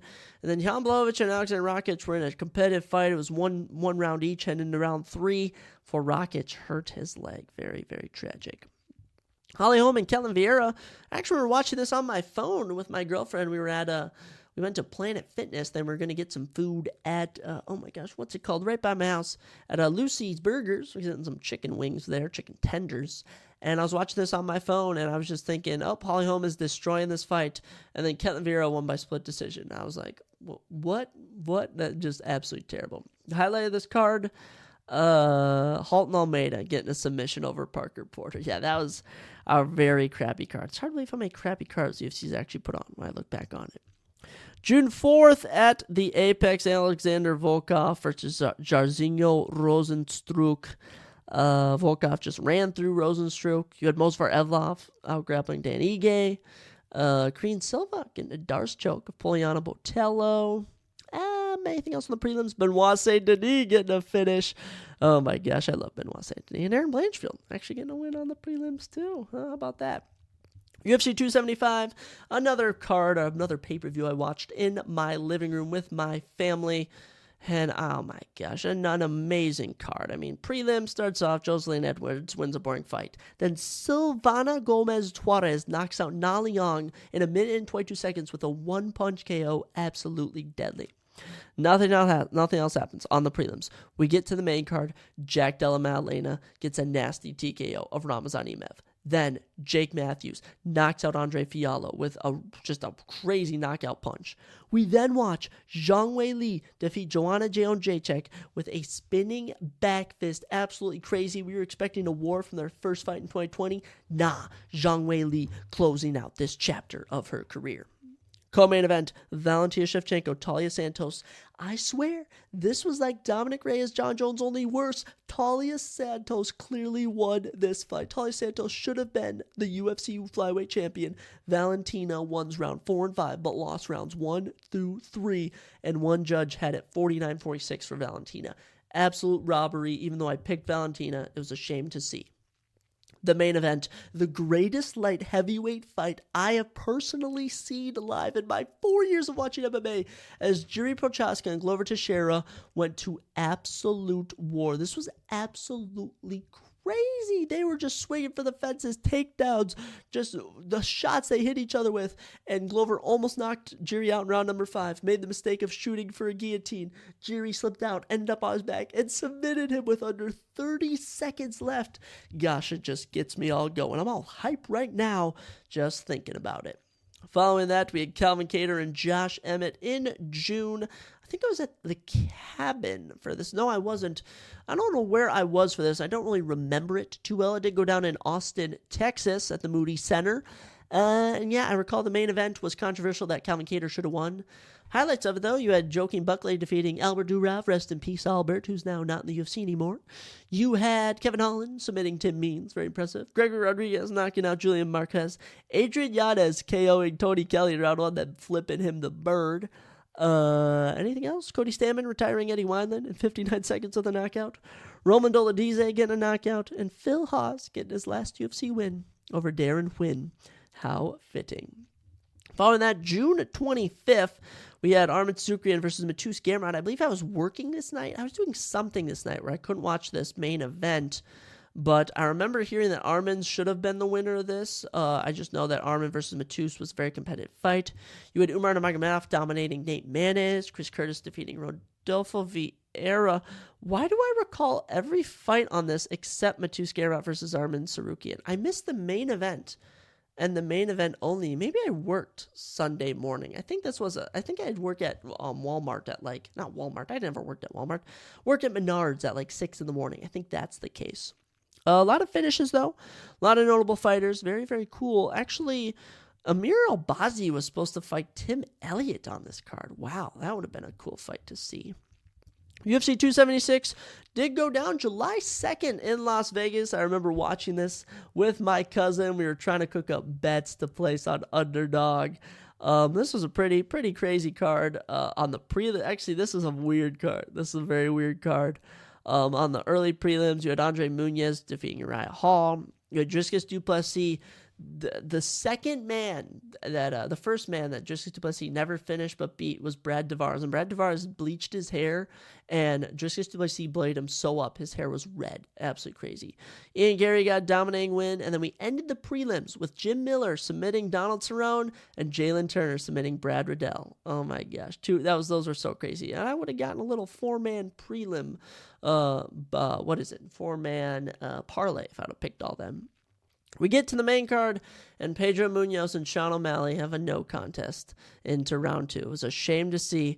It's crazy the direction both men have gone. Sean O'Malley to championship status. Pedro Munoz this Saturday fighting an unranked fighter. Brian Barberita would then TKO Robbie Lawler in what was just a wild fight. Didn't that win fight of the night? That did win fight of the night. That was wild. Then Alex Barrow would knock out Sean Strickland in round 1. Absolutely crazy. Alexander Volkanovski would absolutely shut out Max Holloway, winning all 5 rounds. And then, yet again, one of the most boring fights I've ever seen, Israel Adesanya versus Jared Kinnear in the main event. Israel would win by unanimous decision, and I actually fell asleep. My cousin kept shaking me wake up, Zach. And yeah, absolutely boring. Following that, we had Rafael Dos Anjos and Rafael Fiziev at July 9th at the UFC Apex. Nothing really went on this card. You had Kenny and Chukwani getting a TKO win on the prelims. Nothing. Rafael Fiziev would get a round 5 knockout to win over Rafael Dos Anjos, but nothing really came of that. July 16th, my last time at my buddy Tyler's cabin. Brian Ortega versus Jair Rodriguez, an absolute disaster. As 4 minutes in, Brian Ortega would hurt his shoulder, giving Jair a TKO, but it was technically an injury victory. I mean, they're rematching February 24th, so we'll see what happens there, but who knows. Li Jingliang got a TKO on this card. Matt Schnell had one of the craziest comebacks of all time against Sumadarji. I know we mentioned that earlier. Amanda Lemos actually got a submission win on this card. Prelims, Ricky Simone. Ricky Simone became the first man to beat Jack Shore. Guess I met him in round number 2 on the prelims. But yeah, nothing too much there. UFC Fight Night, Curse Blades versus Tom Aspinall at the O2 in London. This was not as good as the first London card earlier this year. There were only 2 finishes, I believe. Or actually, there were 4 finishes? There were 4 finishes. I believe they all got bonuses. Jonathan Pierce TKOing Makwan Amirkhani. You had Nakia Krylov knocking out... Actually, Nakia Krylov knocking out Alexander Gustafsson was brutal. Took him just about a minute. Maya McCann getting another spinning back elbow. Patty Pimblett getting a rear naked chokehold. Jack Hermanson, Chris Curse would put up one of the most boring co-main events, so nothing happened. And Chris Curse was even pissed at Jack. And then Curse Blades would take on Tom Aspinall, and Tom Aspinall would literally injure his knee 15 seconds in. Tragic to see. Underrated pay-per-view here, UFC 277, which went down July 30th at the American Airlines Center in Dallas, Texas. This card went through so many changes. Sean Strickland was actually supposed to take on Alex Barrett at this event, but it was moved forward. Anything else? Luke Rockhold was supposed to fight Paulo Costa here. It was moved to the next pay-per-view. A lot of other minor fighters, but let's get to the actual card itself. Prelims, I mean, you had Drew Dober knock out Rafael Alves in what was a crazy fight there. I remember watching that on my phone in the car. Don't worry, I wasn't driving. Winks. Main card kicks off. I remember watching this at my girlfriend's house, actually. Magomed Ankalaev destroyed Anthony Smith, had a TKO'd him in round number 2. Following that, Alexander Pantoja will win his final fight before becoming champion when he submitted Alex Perez with a neck crank from the back a minute and a half in. Sergey Pavlovich would run through Derek Lewis in 55 seconds. The co-main event, Brandon Moreno would bring it to Kai Kara-France weighing the interim flyweight championship. And the main event, Amanda Nunes destroyed Julia Pena. At the time, was actually very fun to watch. I don't know, there's just something about it. There's just something so satisfying about Amanda Nunes just whooped Julia Pena, dropping her, taking her down. I had fun with this card. Following this, we moved into August, where we had Jamal Hill and Thiago Santos, and I do recall watching this card because it is the only card I've ever watched where every single fight was a finish, and I don't think I predicted every fight right, but so this was certainly fun to watch. We kick things off. Mayra Bueno Silva got a submission. Corey McKenna, who is one of the most irrelevant women's strawweights, actually got a Von Flue choke. We then had Brian Battle knocking out Takashi Soto with a head kick in round number 1, 44 seconds in. I do remember that. Brian Battle, one of my favorite Ultimate Fighter winners. Michael Olakajacek would retire Sam Alvey with a 2-minute knockout of him. Terrence McKinney would get the main card going with a submission. Sergey Spivak would TKO Augusto Sakai. Juliana Miller, who won the Ultimate Fighter, would get a finish with a minute and 3 seconds left in round number 3. Muhammad Usman would knock Zach Pauga cold. Oh, this was the Ultimate Fighter finale. Yes, Muhammad Usman would knock Zach Pauga cold 30 seconds into round number 2. Gosh, actually sent him dropping.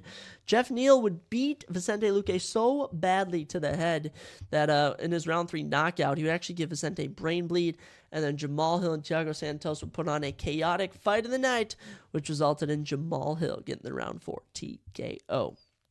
August 13th, I do recall watching this at my girlfriend's house. We went to San Diego. They actually had a gate of 1.7 million. Very impressive.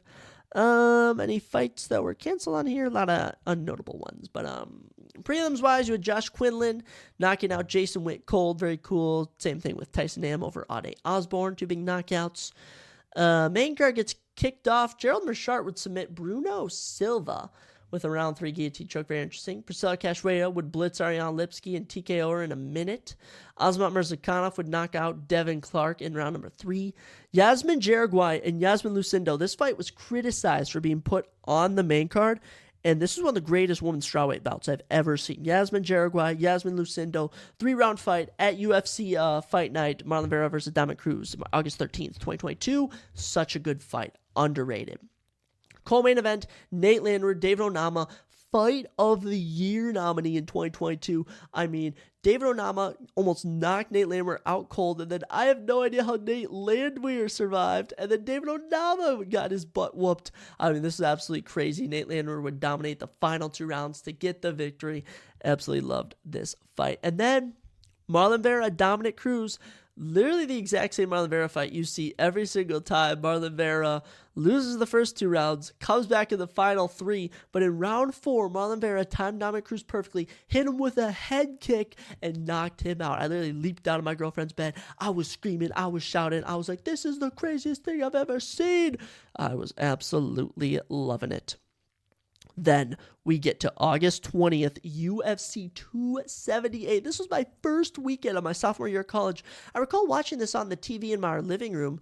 My roommate was like my good buddy. He was like, hey, we're going out. Are you coming with me? And I'm like, but UFC's on. He's like, it's your first weekend of your sophomore year.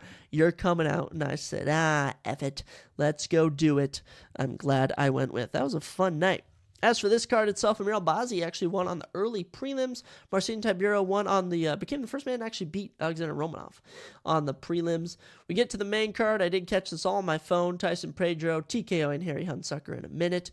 Lucy Pudilova TKOing Wu Yannan. How is that on the main card? That is so weird. Merab Dvalishvili being Jose Aldo in boring fashion. Paulo Costa and Luke Rockhold putting on one of the weirdest fights.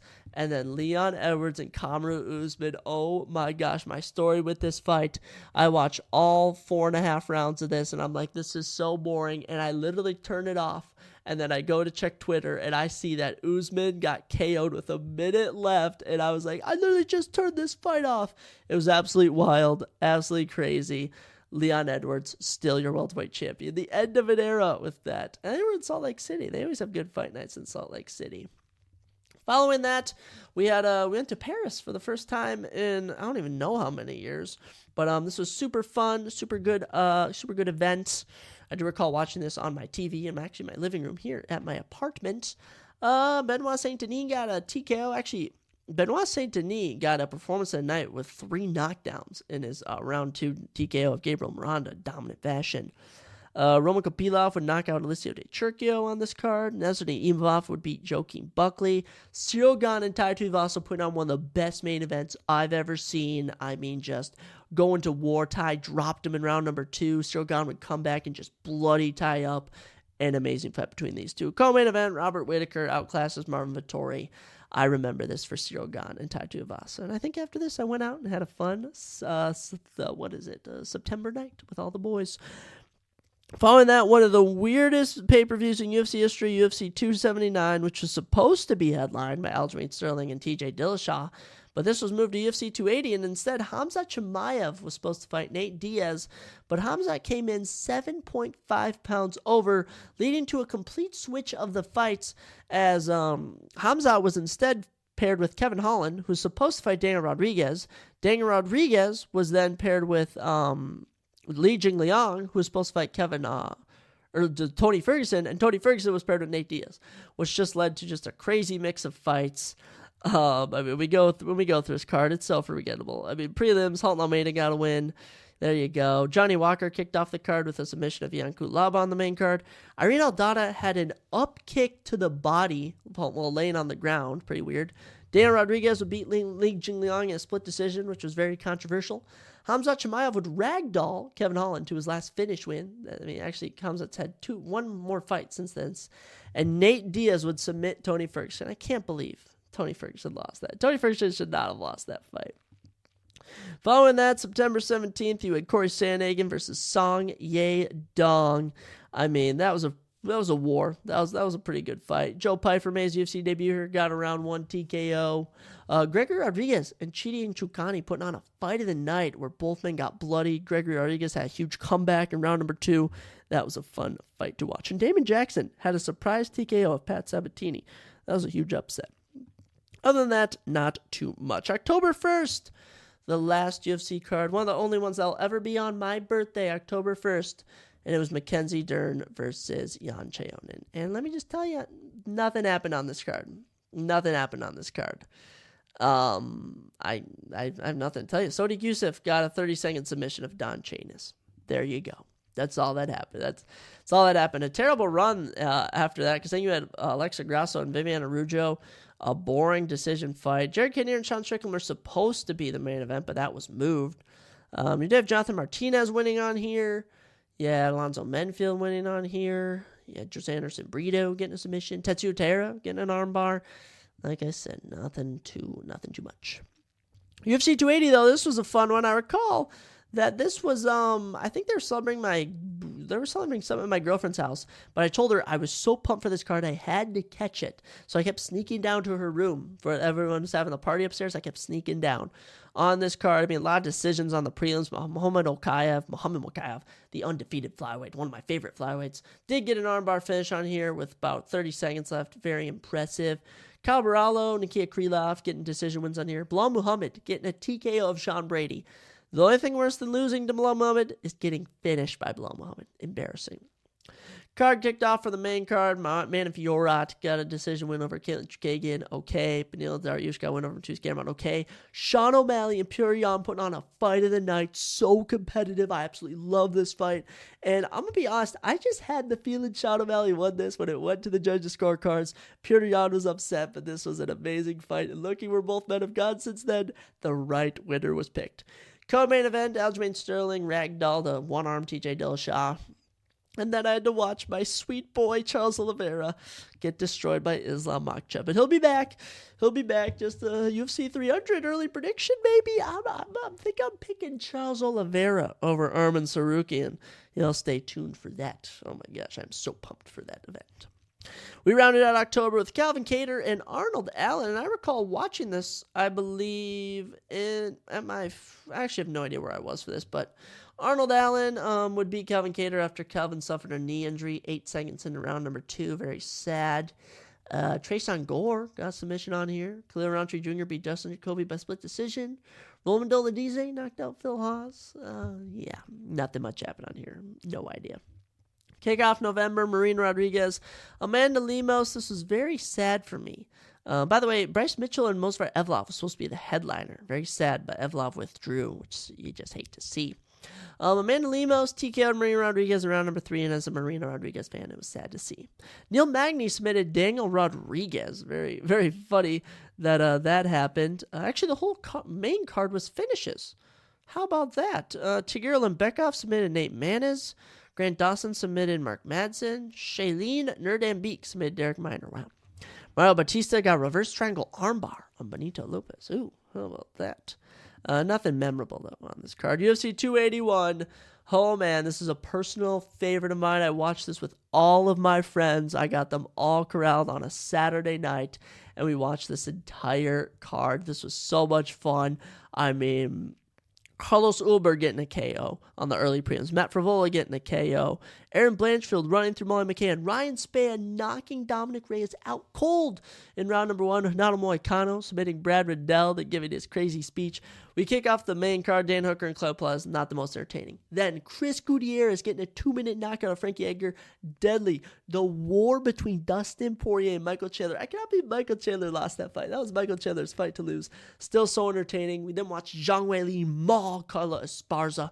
So fun. And then I predicted an Alex Pereira round 5 TKO over Israel Adesanya, and it came into fruition. I remember the whole place was going nuts. I might have had a couple gold ones in me, so I was cheering pretty loud. The voice was gone after that event. UFC 281, one of my favorite pay-per-views I've watched live. We then had, we're supposed to have Derek Lewis versus Sergey Spivak, but while the event was in progress, Derek Lewis was forced to withdraw due to some reason, which then the main event became Kenny and Chukwani versus Ian Kudalaba, and Kenny and Chukwani would TKO him in round number 2, but since then has lost since. Jack Della Maddalena would get a knockout on the main card. Yeah. Actually, Natalie Silva getting a spinning back kick to the head over Teresa Bleda. Very cool KO if anyone wants to check that out. December 3rd, going down in, Orlando, Florida at the Kia Center, headlined by Stephen Wonderboy Thompson and Kevin Holland. Kevin Holland's reward for fighting Khamzat Chimaev. And this was a fun card. I think I watched this in my room that I'm currently in right now. Jasmine Uruguay getting a round 2 TKO to kick things off. Francis Marshall getting a knockout after that. Pretty boring prelims. Then we get the main card going. Philip Rowe knocks out Nico Price in round 3. Eric Anders knocks out Kyle Dawkins in round 2. Roman Dolidze shockingly knocks out Jack Hermansson in round number 2. I did predict that. Sergey Pavlovich runs through Tai Tuivasa in 54 seconds. Matthias Nikalu has a crazy comeback against Matt Schnell in round number 2. Knocks him out cold, actually. Rafael Dos Anjos beats Brian Barberino by neck crank. And the main event, Wonderboy Thompson, Kevin Holland, fight of the night, fight of the year contender, as there's a corner stoppage after round 4 since Kevin Holland broke either one or both of his hands. Pretty crazy. We then get to the final pay-per-view of the year, and it was a very weird one. It was supposed to be Jiri Prochazka and Glover Teixeira, but unfortunately that fight fell apart. Instead, Jan Blachowicz Magomed Ankalaev stepped in for the vacant men's light heavyweight championship. Actually, Jairzinho Rozenstruik and Chris Dawkins were supposed to fight on here. I think that was moved up, actually. And Blow Nickel was supposed to fight on here, but that was moved to the following year. I actually recall that. Early preliminary card. I mean, Cameron Saman got TKO. Chris Curtis knocked out Joaquin Buckley. Jairzinho Rozenstruik did knock out Chris Daukaus. Oh, I thought that fight was moved. That was in 23 seconds, actually. Wow. And the 18-year-old Raul Rosas Jr. won on the prelim. Main card kicks off. Absolutely wild main card. Io Topura dominates Bryce Mitchell. If only I knew how good Io Topura was at the time. I do know how good he is now, but I didn't at the time. Dricus Du Plessis and Darren Till would have just an absolute war. Did they win Fight of the Night? I think they did win Fight of the Night for how crazy it was. Shame where they both ended up, but, it happened. Actually, no, where Darren Till ended up. Du Plessis is the champion. He's so good.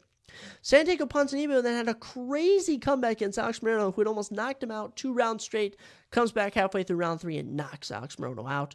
Paddy Pimblett then wins one of the worst decisions over Jared Gordon. Oh my gosh, the best for business decision. Paddy Pimblett should have lost to Jared Gordon, but they gave him the nod. Then Jan Blachowicz and Magomed Ankalaev was somehow a draw when it was clearly Magomed who won. I'm still riled up about this. UFC 282, a fight we will leave in the past. We then rounded out 2022 with UFC Fight Night, Jared Cannonier and Sean Strickland. And I recall that I was actually at the Vikings game when they came back against the Colts. That's right. They came back against the Colts down 33-0, 36-3 at halftime, and they freaking came back. And while we were driving back, my cousin Parker and his buddy, actually I'll call him my friend too, Christian, was driving us back. I was watching this on my phone. Nothing too much happened. I mean, you had a crazy knockout of Drew Dober over Bobby Green, pretty shocking. Alex Caceres head kicking Julian Rosa, Amir Albazi knocking out Alexandro Costa, Arman Tsarukyan getting a win, and Jared Cannonier and Sean Strickland having a split decision. I'll be honest, after getting through 2020, there were some very fun memories. I had some very fun memories this year. UFC 281, UFC 280, some great memories there. UFC Paris, amazing memories. UFC 275, I mean, the UFC 274 main event. A lot of fun memories, but yet again, a lot of doozies. As the UFC's gone on in my tenure watching, I think the quality has gotten much, much better. But you know what? There's only one place to leave, UFC 2022, or the year itself, and that is in the past. Good times, though. I love you, UFC. Alrighty, we have one more thing to talk about, and that is recapping UFC Vegas 85. I've got all of my results, all the picks I made that I will share with you, and we'll see how we did. Let's get right on into it. UFC Vegas 85, after just reviewing UFC the whole year of 2022, I can just say this will be one of those cards we look back on and we kind of hope to forget because it was not the most memorable and there were certainly some blunders along the way. However, we did go 4-1 on the main card as one of the fights was deemed a no contest. Whole card overall, I mean, of the 13 fights, we were able to judge 12, so I believe I got 1, 2, 3, 4, 5, 6, 7, 8, 9. We went 9-3. 9-3 on the year is not bad. 4-1 on the main card. I'm going to have to add those to the stat sheet. I mean, that's pretty good. That's pretty good if you ask me. I actually don't even know if I put this in my picks book. I don't really use the picks book anymore just because I don't really have a need for it, but it does help keep track of history. But let's go through the card and talk about everything that went down. Kicking us off, we had a heavyweight bout between Thomas the Train Peterson and Jamal Pogues, and Jamal Pogues won by unanimous decision, Not much to see here. I mean, this was boring. So this is as boring as they come. Honestly, Jamal started stronger, but kind of fell through. Round 2 is pretty much the deciding round. Totals from the fight, Jamal had more significant strikes, 65-58. Thomas Pearson had more total strikes, 116-66. Thomas went 1 of 6 on takedowns for 2 minutes and 47 seconds of control time. He was bleeding a bit, I saw, so that might have played some implications. But yeah, this was just a typical boring heavyweight bout, and neither of these guys could stand with any of the top 15 at heavyweight. I'm not even joking. The top 15 at heavyweight would eat these guys for breakfast. Thomas Peterson suffers his second professional loss. This was his UFC debut. Unfortunate to see. Jamal Pogues, this will be his 11th professional victory and his second UFC victory. 2-1 in the UFC. What's next for either of these boys? It's hard to tell. They left little to be desired. Following that up, we had a matchup between Markel Medeiros and Landon Quinones, and lo and behold, Markel Medeiros got it done just as I predicted, gets his 9th victory. Landon suffers his 3rd defeat, and the whole point of this boiled down to just competitiveness. And, Landon did outstrike him in rounds 1, and actually, Landon only outstruck him in round 1. Markel Medeiros outstruck him in rounds 2 and 3. Takedowns wise, Markel Medeiros didn't land any. Landon landed 1. I compared to the first fight, nothing happened. There were some other more exciting fights along the way. This one was not one of them. Third fight of the evening, Luliana Carolina gets her, what is it now? Gets her 3rd KO victory of her career when she finished Dolidze Storyalenko with 8 seconds left in the 3rd and final round of the bout. I mean, just to tell the whole fight is Dolidze Storyalenko cannot strike. Round 1, Luliana outstrikes her 35-6. Round 2, 43-14. And round 3, 60-1. Significantly, Dolidze didn't land a single significant strike in round number 3. Luliana landed 2 takedowns in round 3, which led to some nasty ground and pound from side control to end this fight. Good win for Luliana Carolina, getting her 10th professional victory. She's on a little 2-fight win streak now. Yeah. Tail of this fight is Luliana Carolina getting more on the ground. I mean, Dolidze Storyalenko threw up 3 submission attempts. None lasted, and I'd say close to 10 minutes of this fight were fought in the clinch or on the ground. Storyalenko suffers her 9th career defeat, giving her a record of 11-9-2. Not the prettiest. She might be kicked from the UFC. As for Luliana Carolina, she'll stick around. Good win. I don't know what's next for these ladies, honestly, but I don't know if Storyalenko's going to be kept around much longer. Ji-Young Lee and Blake Bilder were up next at featherweight, and just as I predicted, the Korean Tiger Ji-Young Lee wins his, I guess, his 2nd UFC victory. I mean, if you don't really want to count Road to UFC fights as part of the UFC, but this does add to his impressive win streak, as he's now on an 8-fight win streak.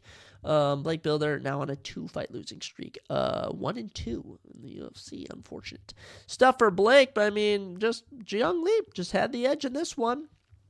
30-27 across the board, outstruck him in all 3 rounds. I mean, Blake Bilder had more control time in rounds 1 and 2, but I mean, actually in round 3, Ji-Young landed a takedown. Just, wasn't the most exciting fight, but the Tiger got it done. I don't know, they'll probably bring both back, but Bilder left little to be desired.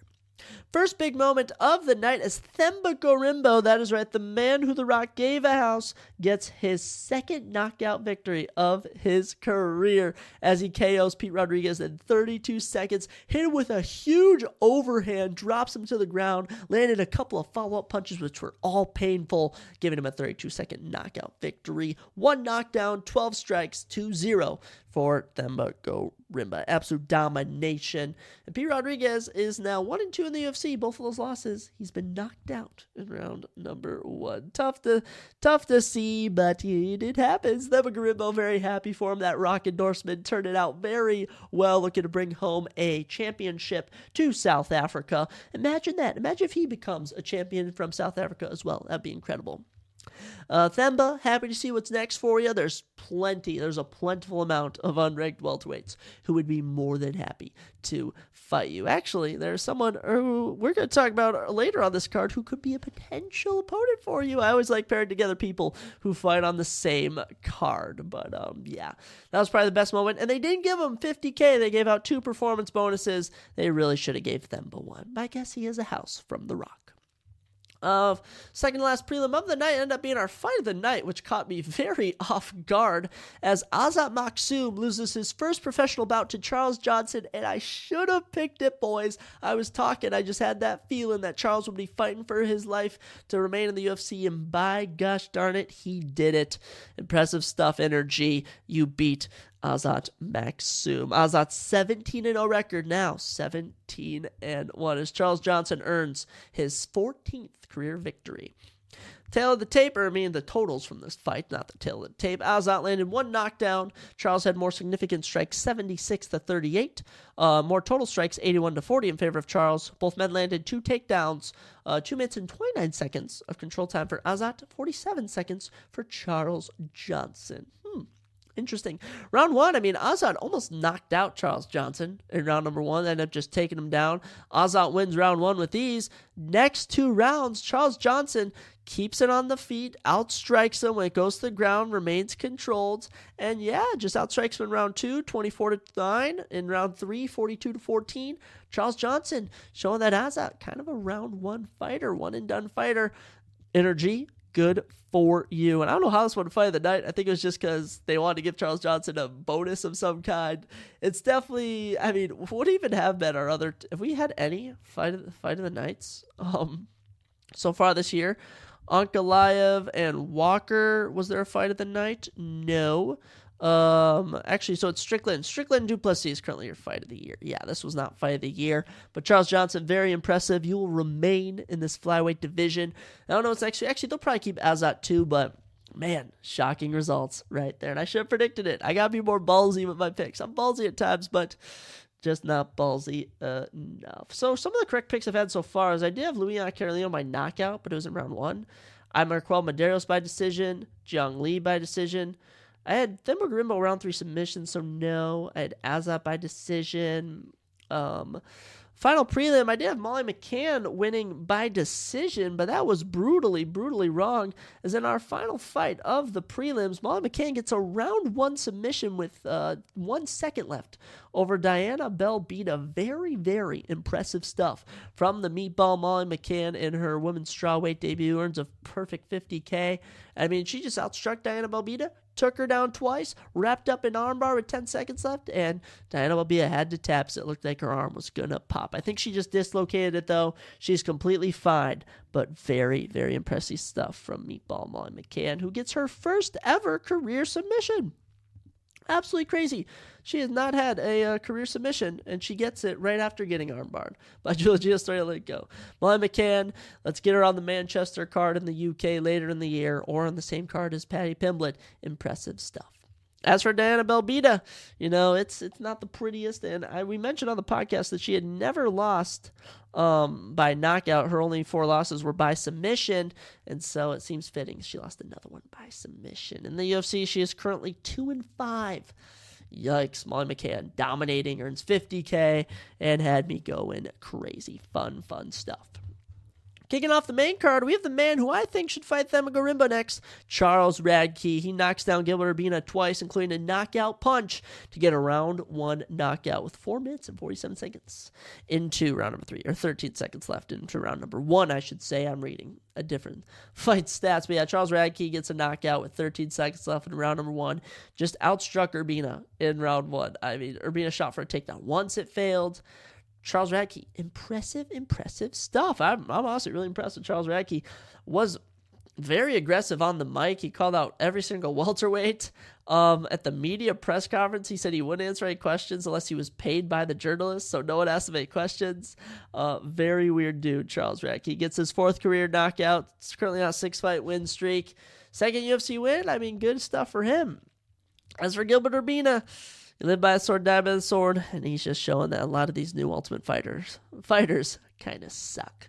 Radke, I think you should fight Themba Gorimbo next, just because you're both on this same card. It's easy to matchmake. Plus, I'd be excited to see that fight. Fun stuff to kick off the main card. Not really, because I didn't predict it correctly. Moving into our next fight, we had Alishkabab Korizov and Mahmoud Muradov, the fight I was looking most forward to. I was so hyped for this, and 11 seconds in, it was stopped after Mahmoud Muradov got eye-poked by Alishkabab Korizov. The fight was called off. Absolutely tragic. Imagine that.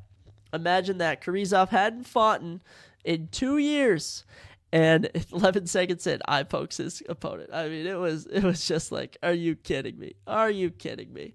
Not much to say. Run it back. Have a quick turnaround for both these guys. Oh my gosh, just unreal. I'm still taken back by it.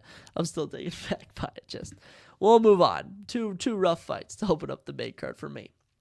But then we got things a-rolling. Natalia Silva overcomes the awful style of Viviane Araújo to get a unanimous decision victory Oh, man, I was so happy. Natalia Silva, I keep pronouncing her name wrong, gets her 17th career victory and is currently on, and I quote, a 11-fight win streak, including a perfect 5-0 in the UFC, getting her fifth UFC victory.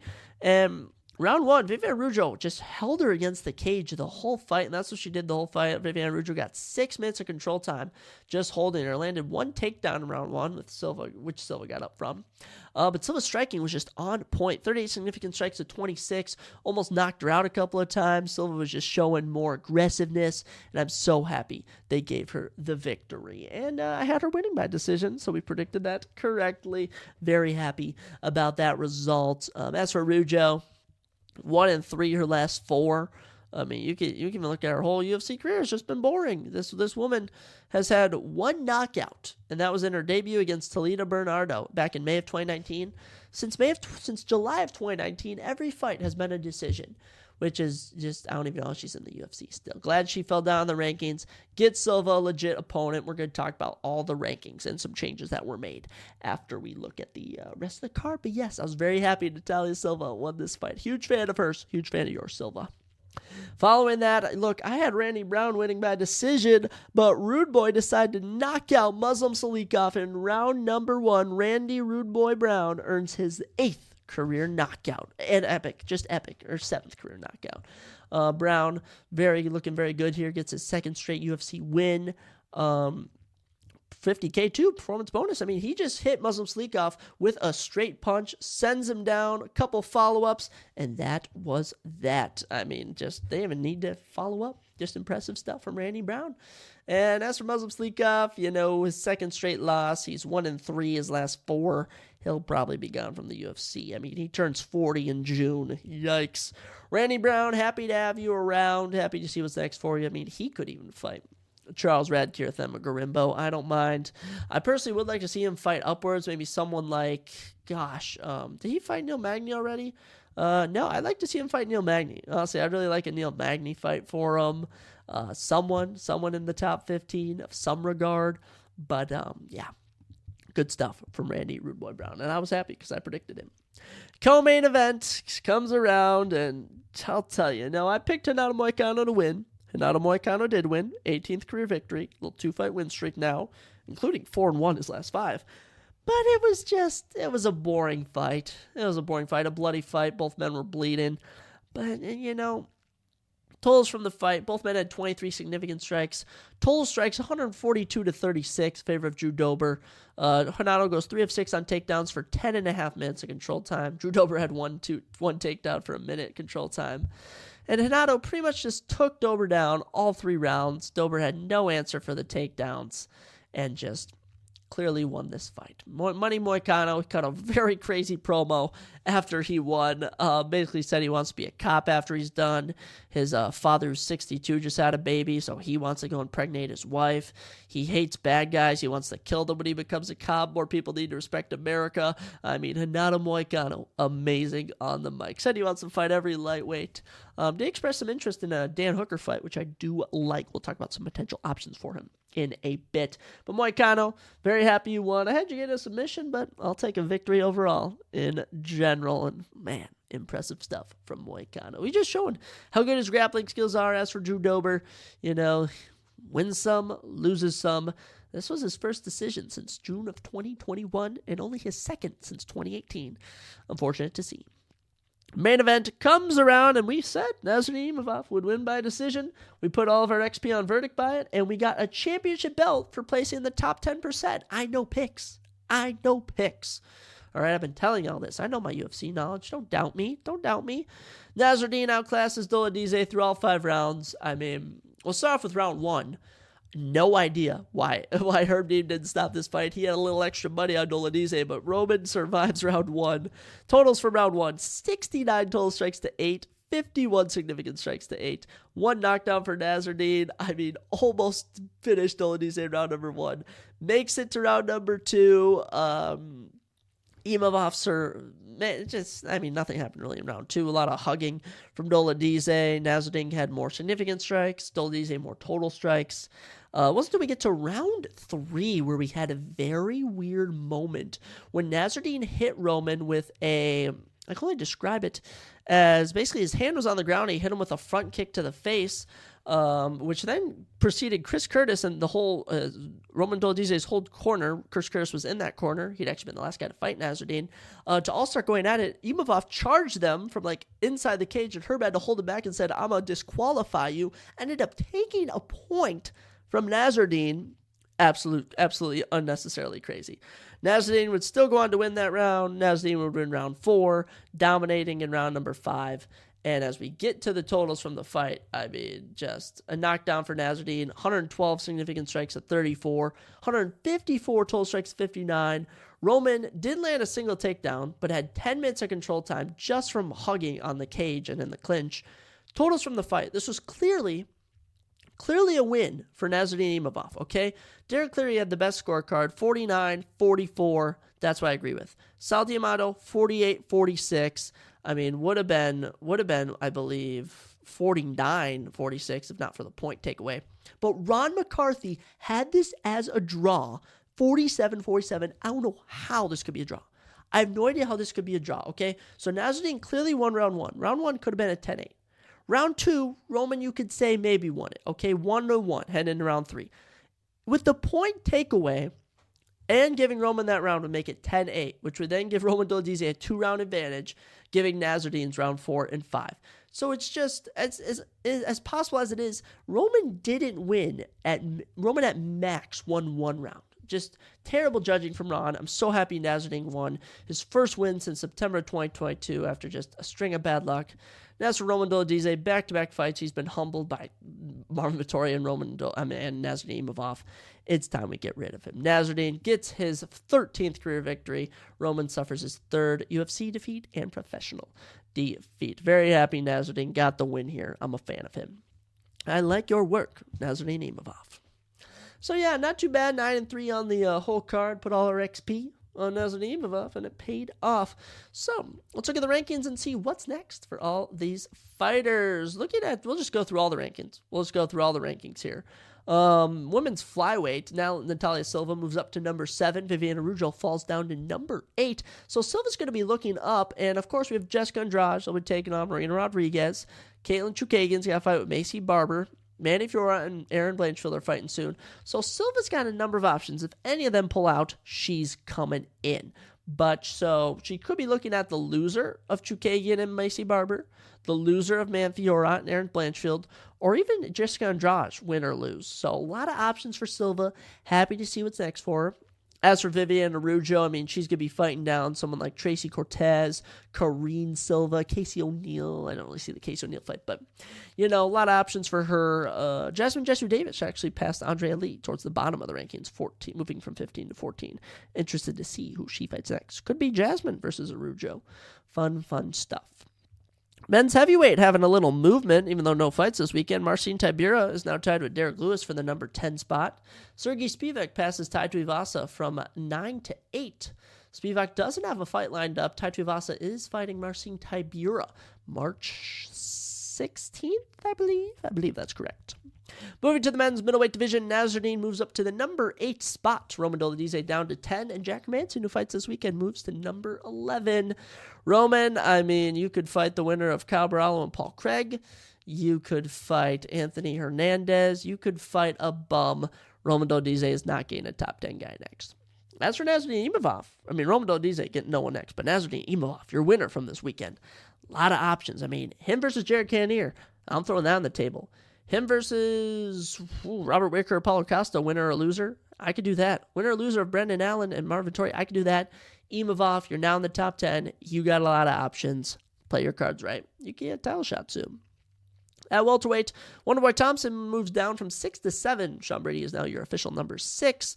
And speaking of Wonderboy Thompson, Colby Covington mentioned he is one of the 3 people that Colby wants to face in the future. Colby also mentioned Ian Machado, Gary, and Gilbert Burns. So Colby Covington listing some potential names. The Wonderboy fight is not going to happen, but that Ian Gary or Gilbert Burns fight are very much on the table.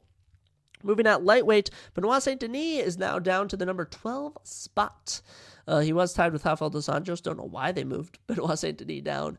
Renato Moicano, not really moving upwards at the moment. I mean, Drew Dober definitely fighting someone unranked next. But as for Money Moicano, number 10 ranked Dan Hooker, number 8 ranked Rafael Fiziev. He could rematch him. Number 9, Jalen Turner. Number 8, number 7, Beneil Dariush. There's a lot of options for Moicano. I really like a Dan Hooker fight personally. Looking at featherweight, Alex Caceres moves down to 15. Leon Murphy's now at 14. He was supposed to fight Dan Ige. That fight didn't go through. I'm interested to see what happens to Alex Caceres next. And men's bantamweight, Jonathan Martinez moves up 2 spots from 12 to 10. Very odd. No idea what Jonathan Martinez is up to next. And Tom Aspinall is now tied with Aljamain Sterling for the number 12 spot in the men's pound-for-pound rankings. A lot of fun stuff next. Biggest winners from this card: Charles Johnson, Themba Gorimbo, Molly McCann, Charles Radke, Natalie Silva, Randy Brown, Renato Moicano, and Nasruddin Imavov. Very much fun. Very much fun. Lots of fun on this card. Lots of L's. We'll leave it in the past. We'll leave this card in the past. We'll look to the future as we have a fun one next weekend. Jack Hermanson versus Joe Pyfer. Also got Dan Ige and Andre Fili on there. Brad Rivera versus Gregory Rodriguez. There's also some other fun fighters on there debuting: Bellagio Key, Robert Baziak, Bogdan Guskov getting a second fight in the UFC. We'll make this next week's card fun, but as for now, UFC Vegas 85 gets a 6 out of 10, gets a 5 out of 10. It was a typical Apex card. But you know what? We did good on picks. So at the end of the day, that's all that matters. And that's all, folks. That's all we got for today's episode. I got a lot of stuff to work on just with life in general. A lot of homework. A lot of I got to find an internship and stuff. A lot of the grind continues. The grind never stops, ladies and gentlemen. It never stops a-going. As for now, though, thank you all for listening. We'll be back Thursday or Friday, of course, with a preview of UFC Vegas 86, my official Super Bowl predictions. I got to cook up some other things to guess for the Super Bowl. I'm going to be finding out some other fun stuff to do for that episode. But as for now, I will catch you next time on the Surprise Jab Podcast.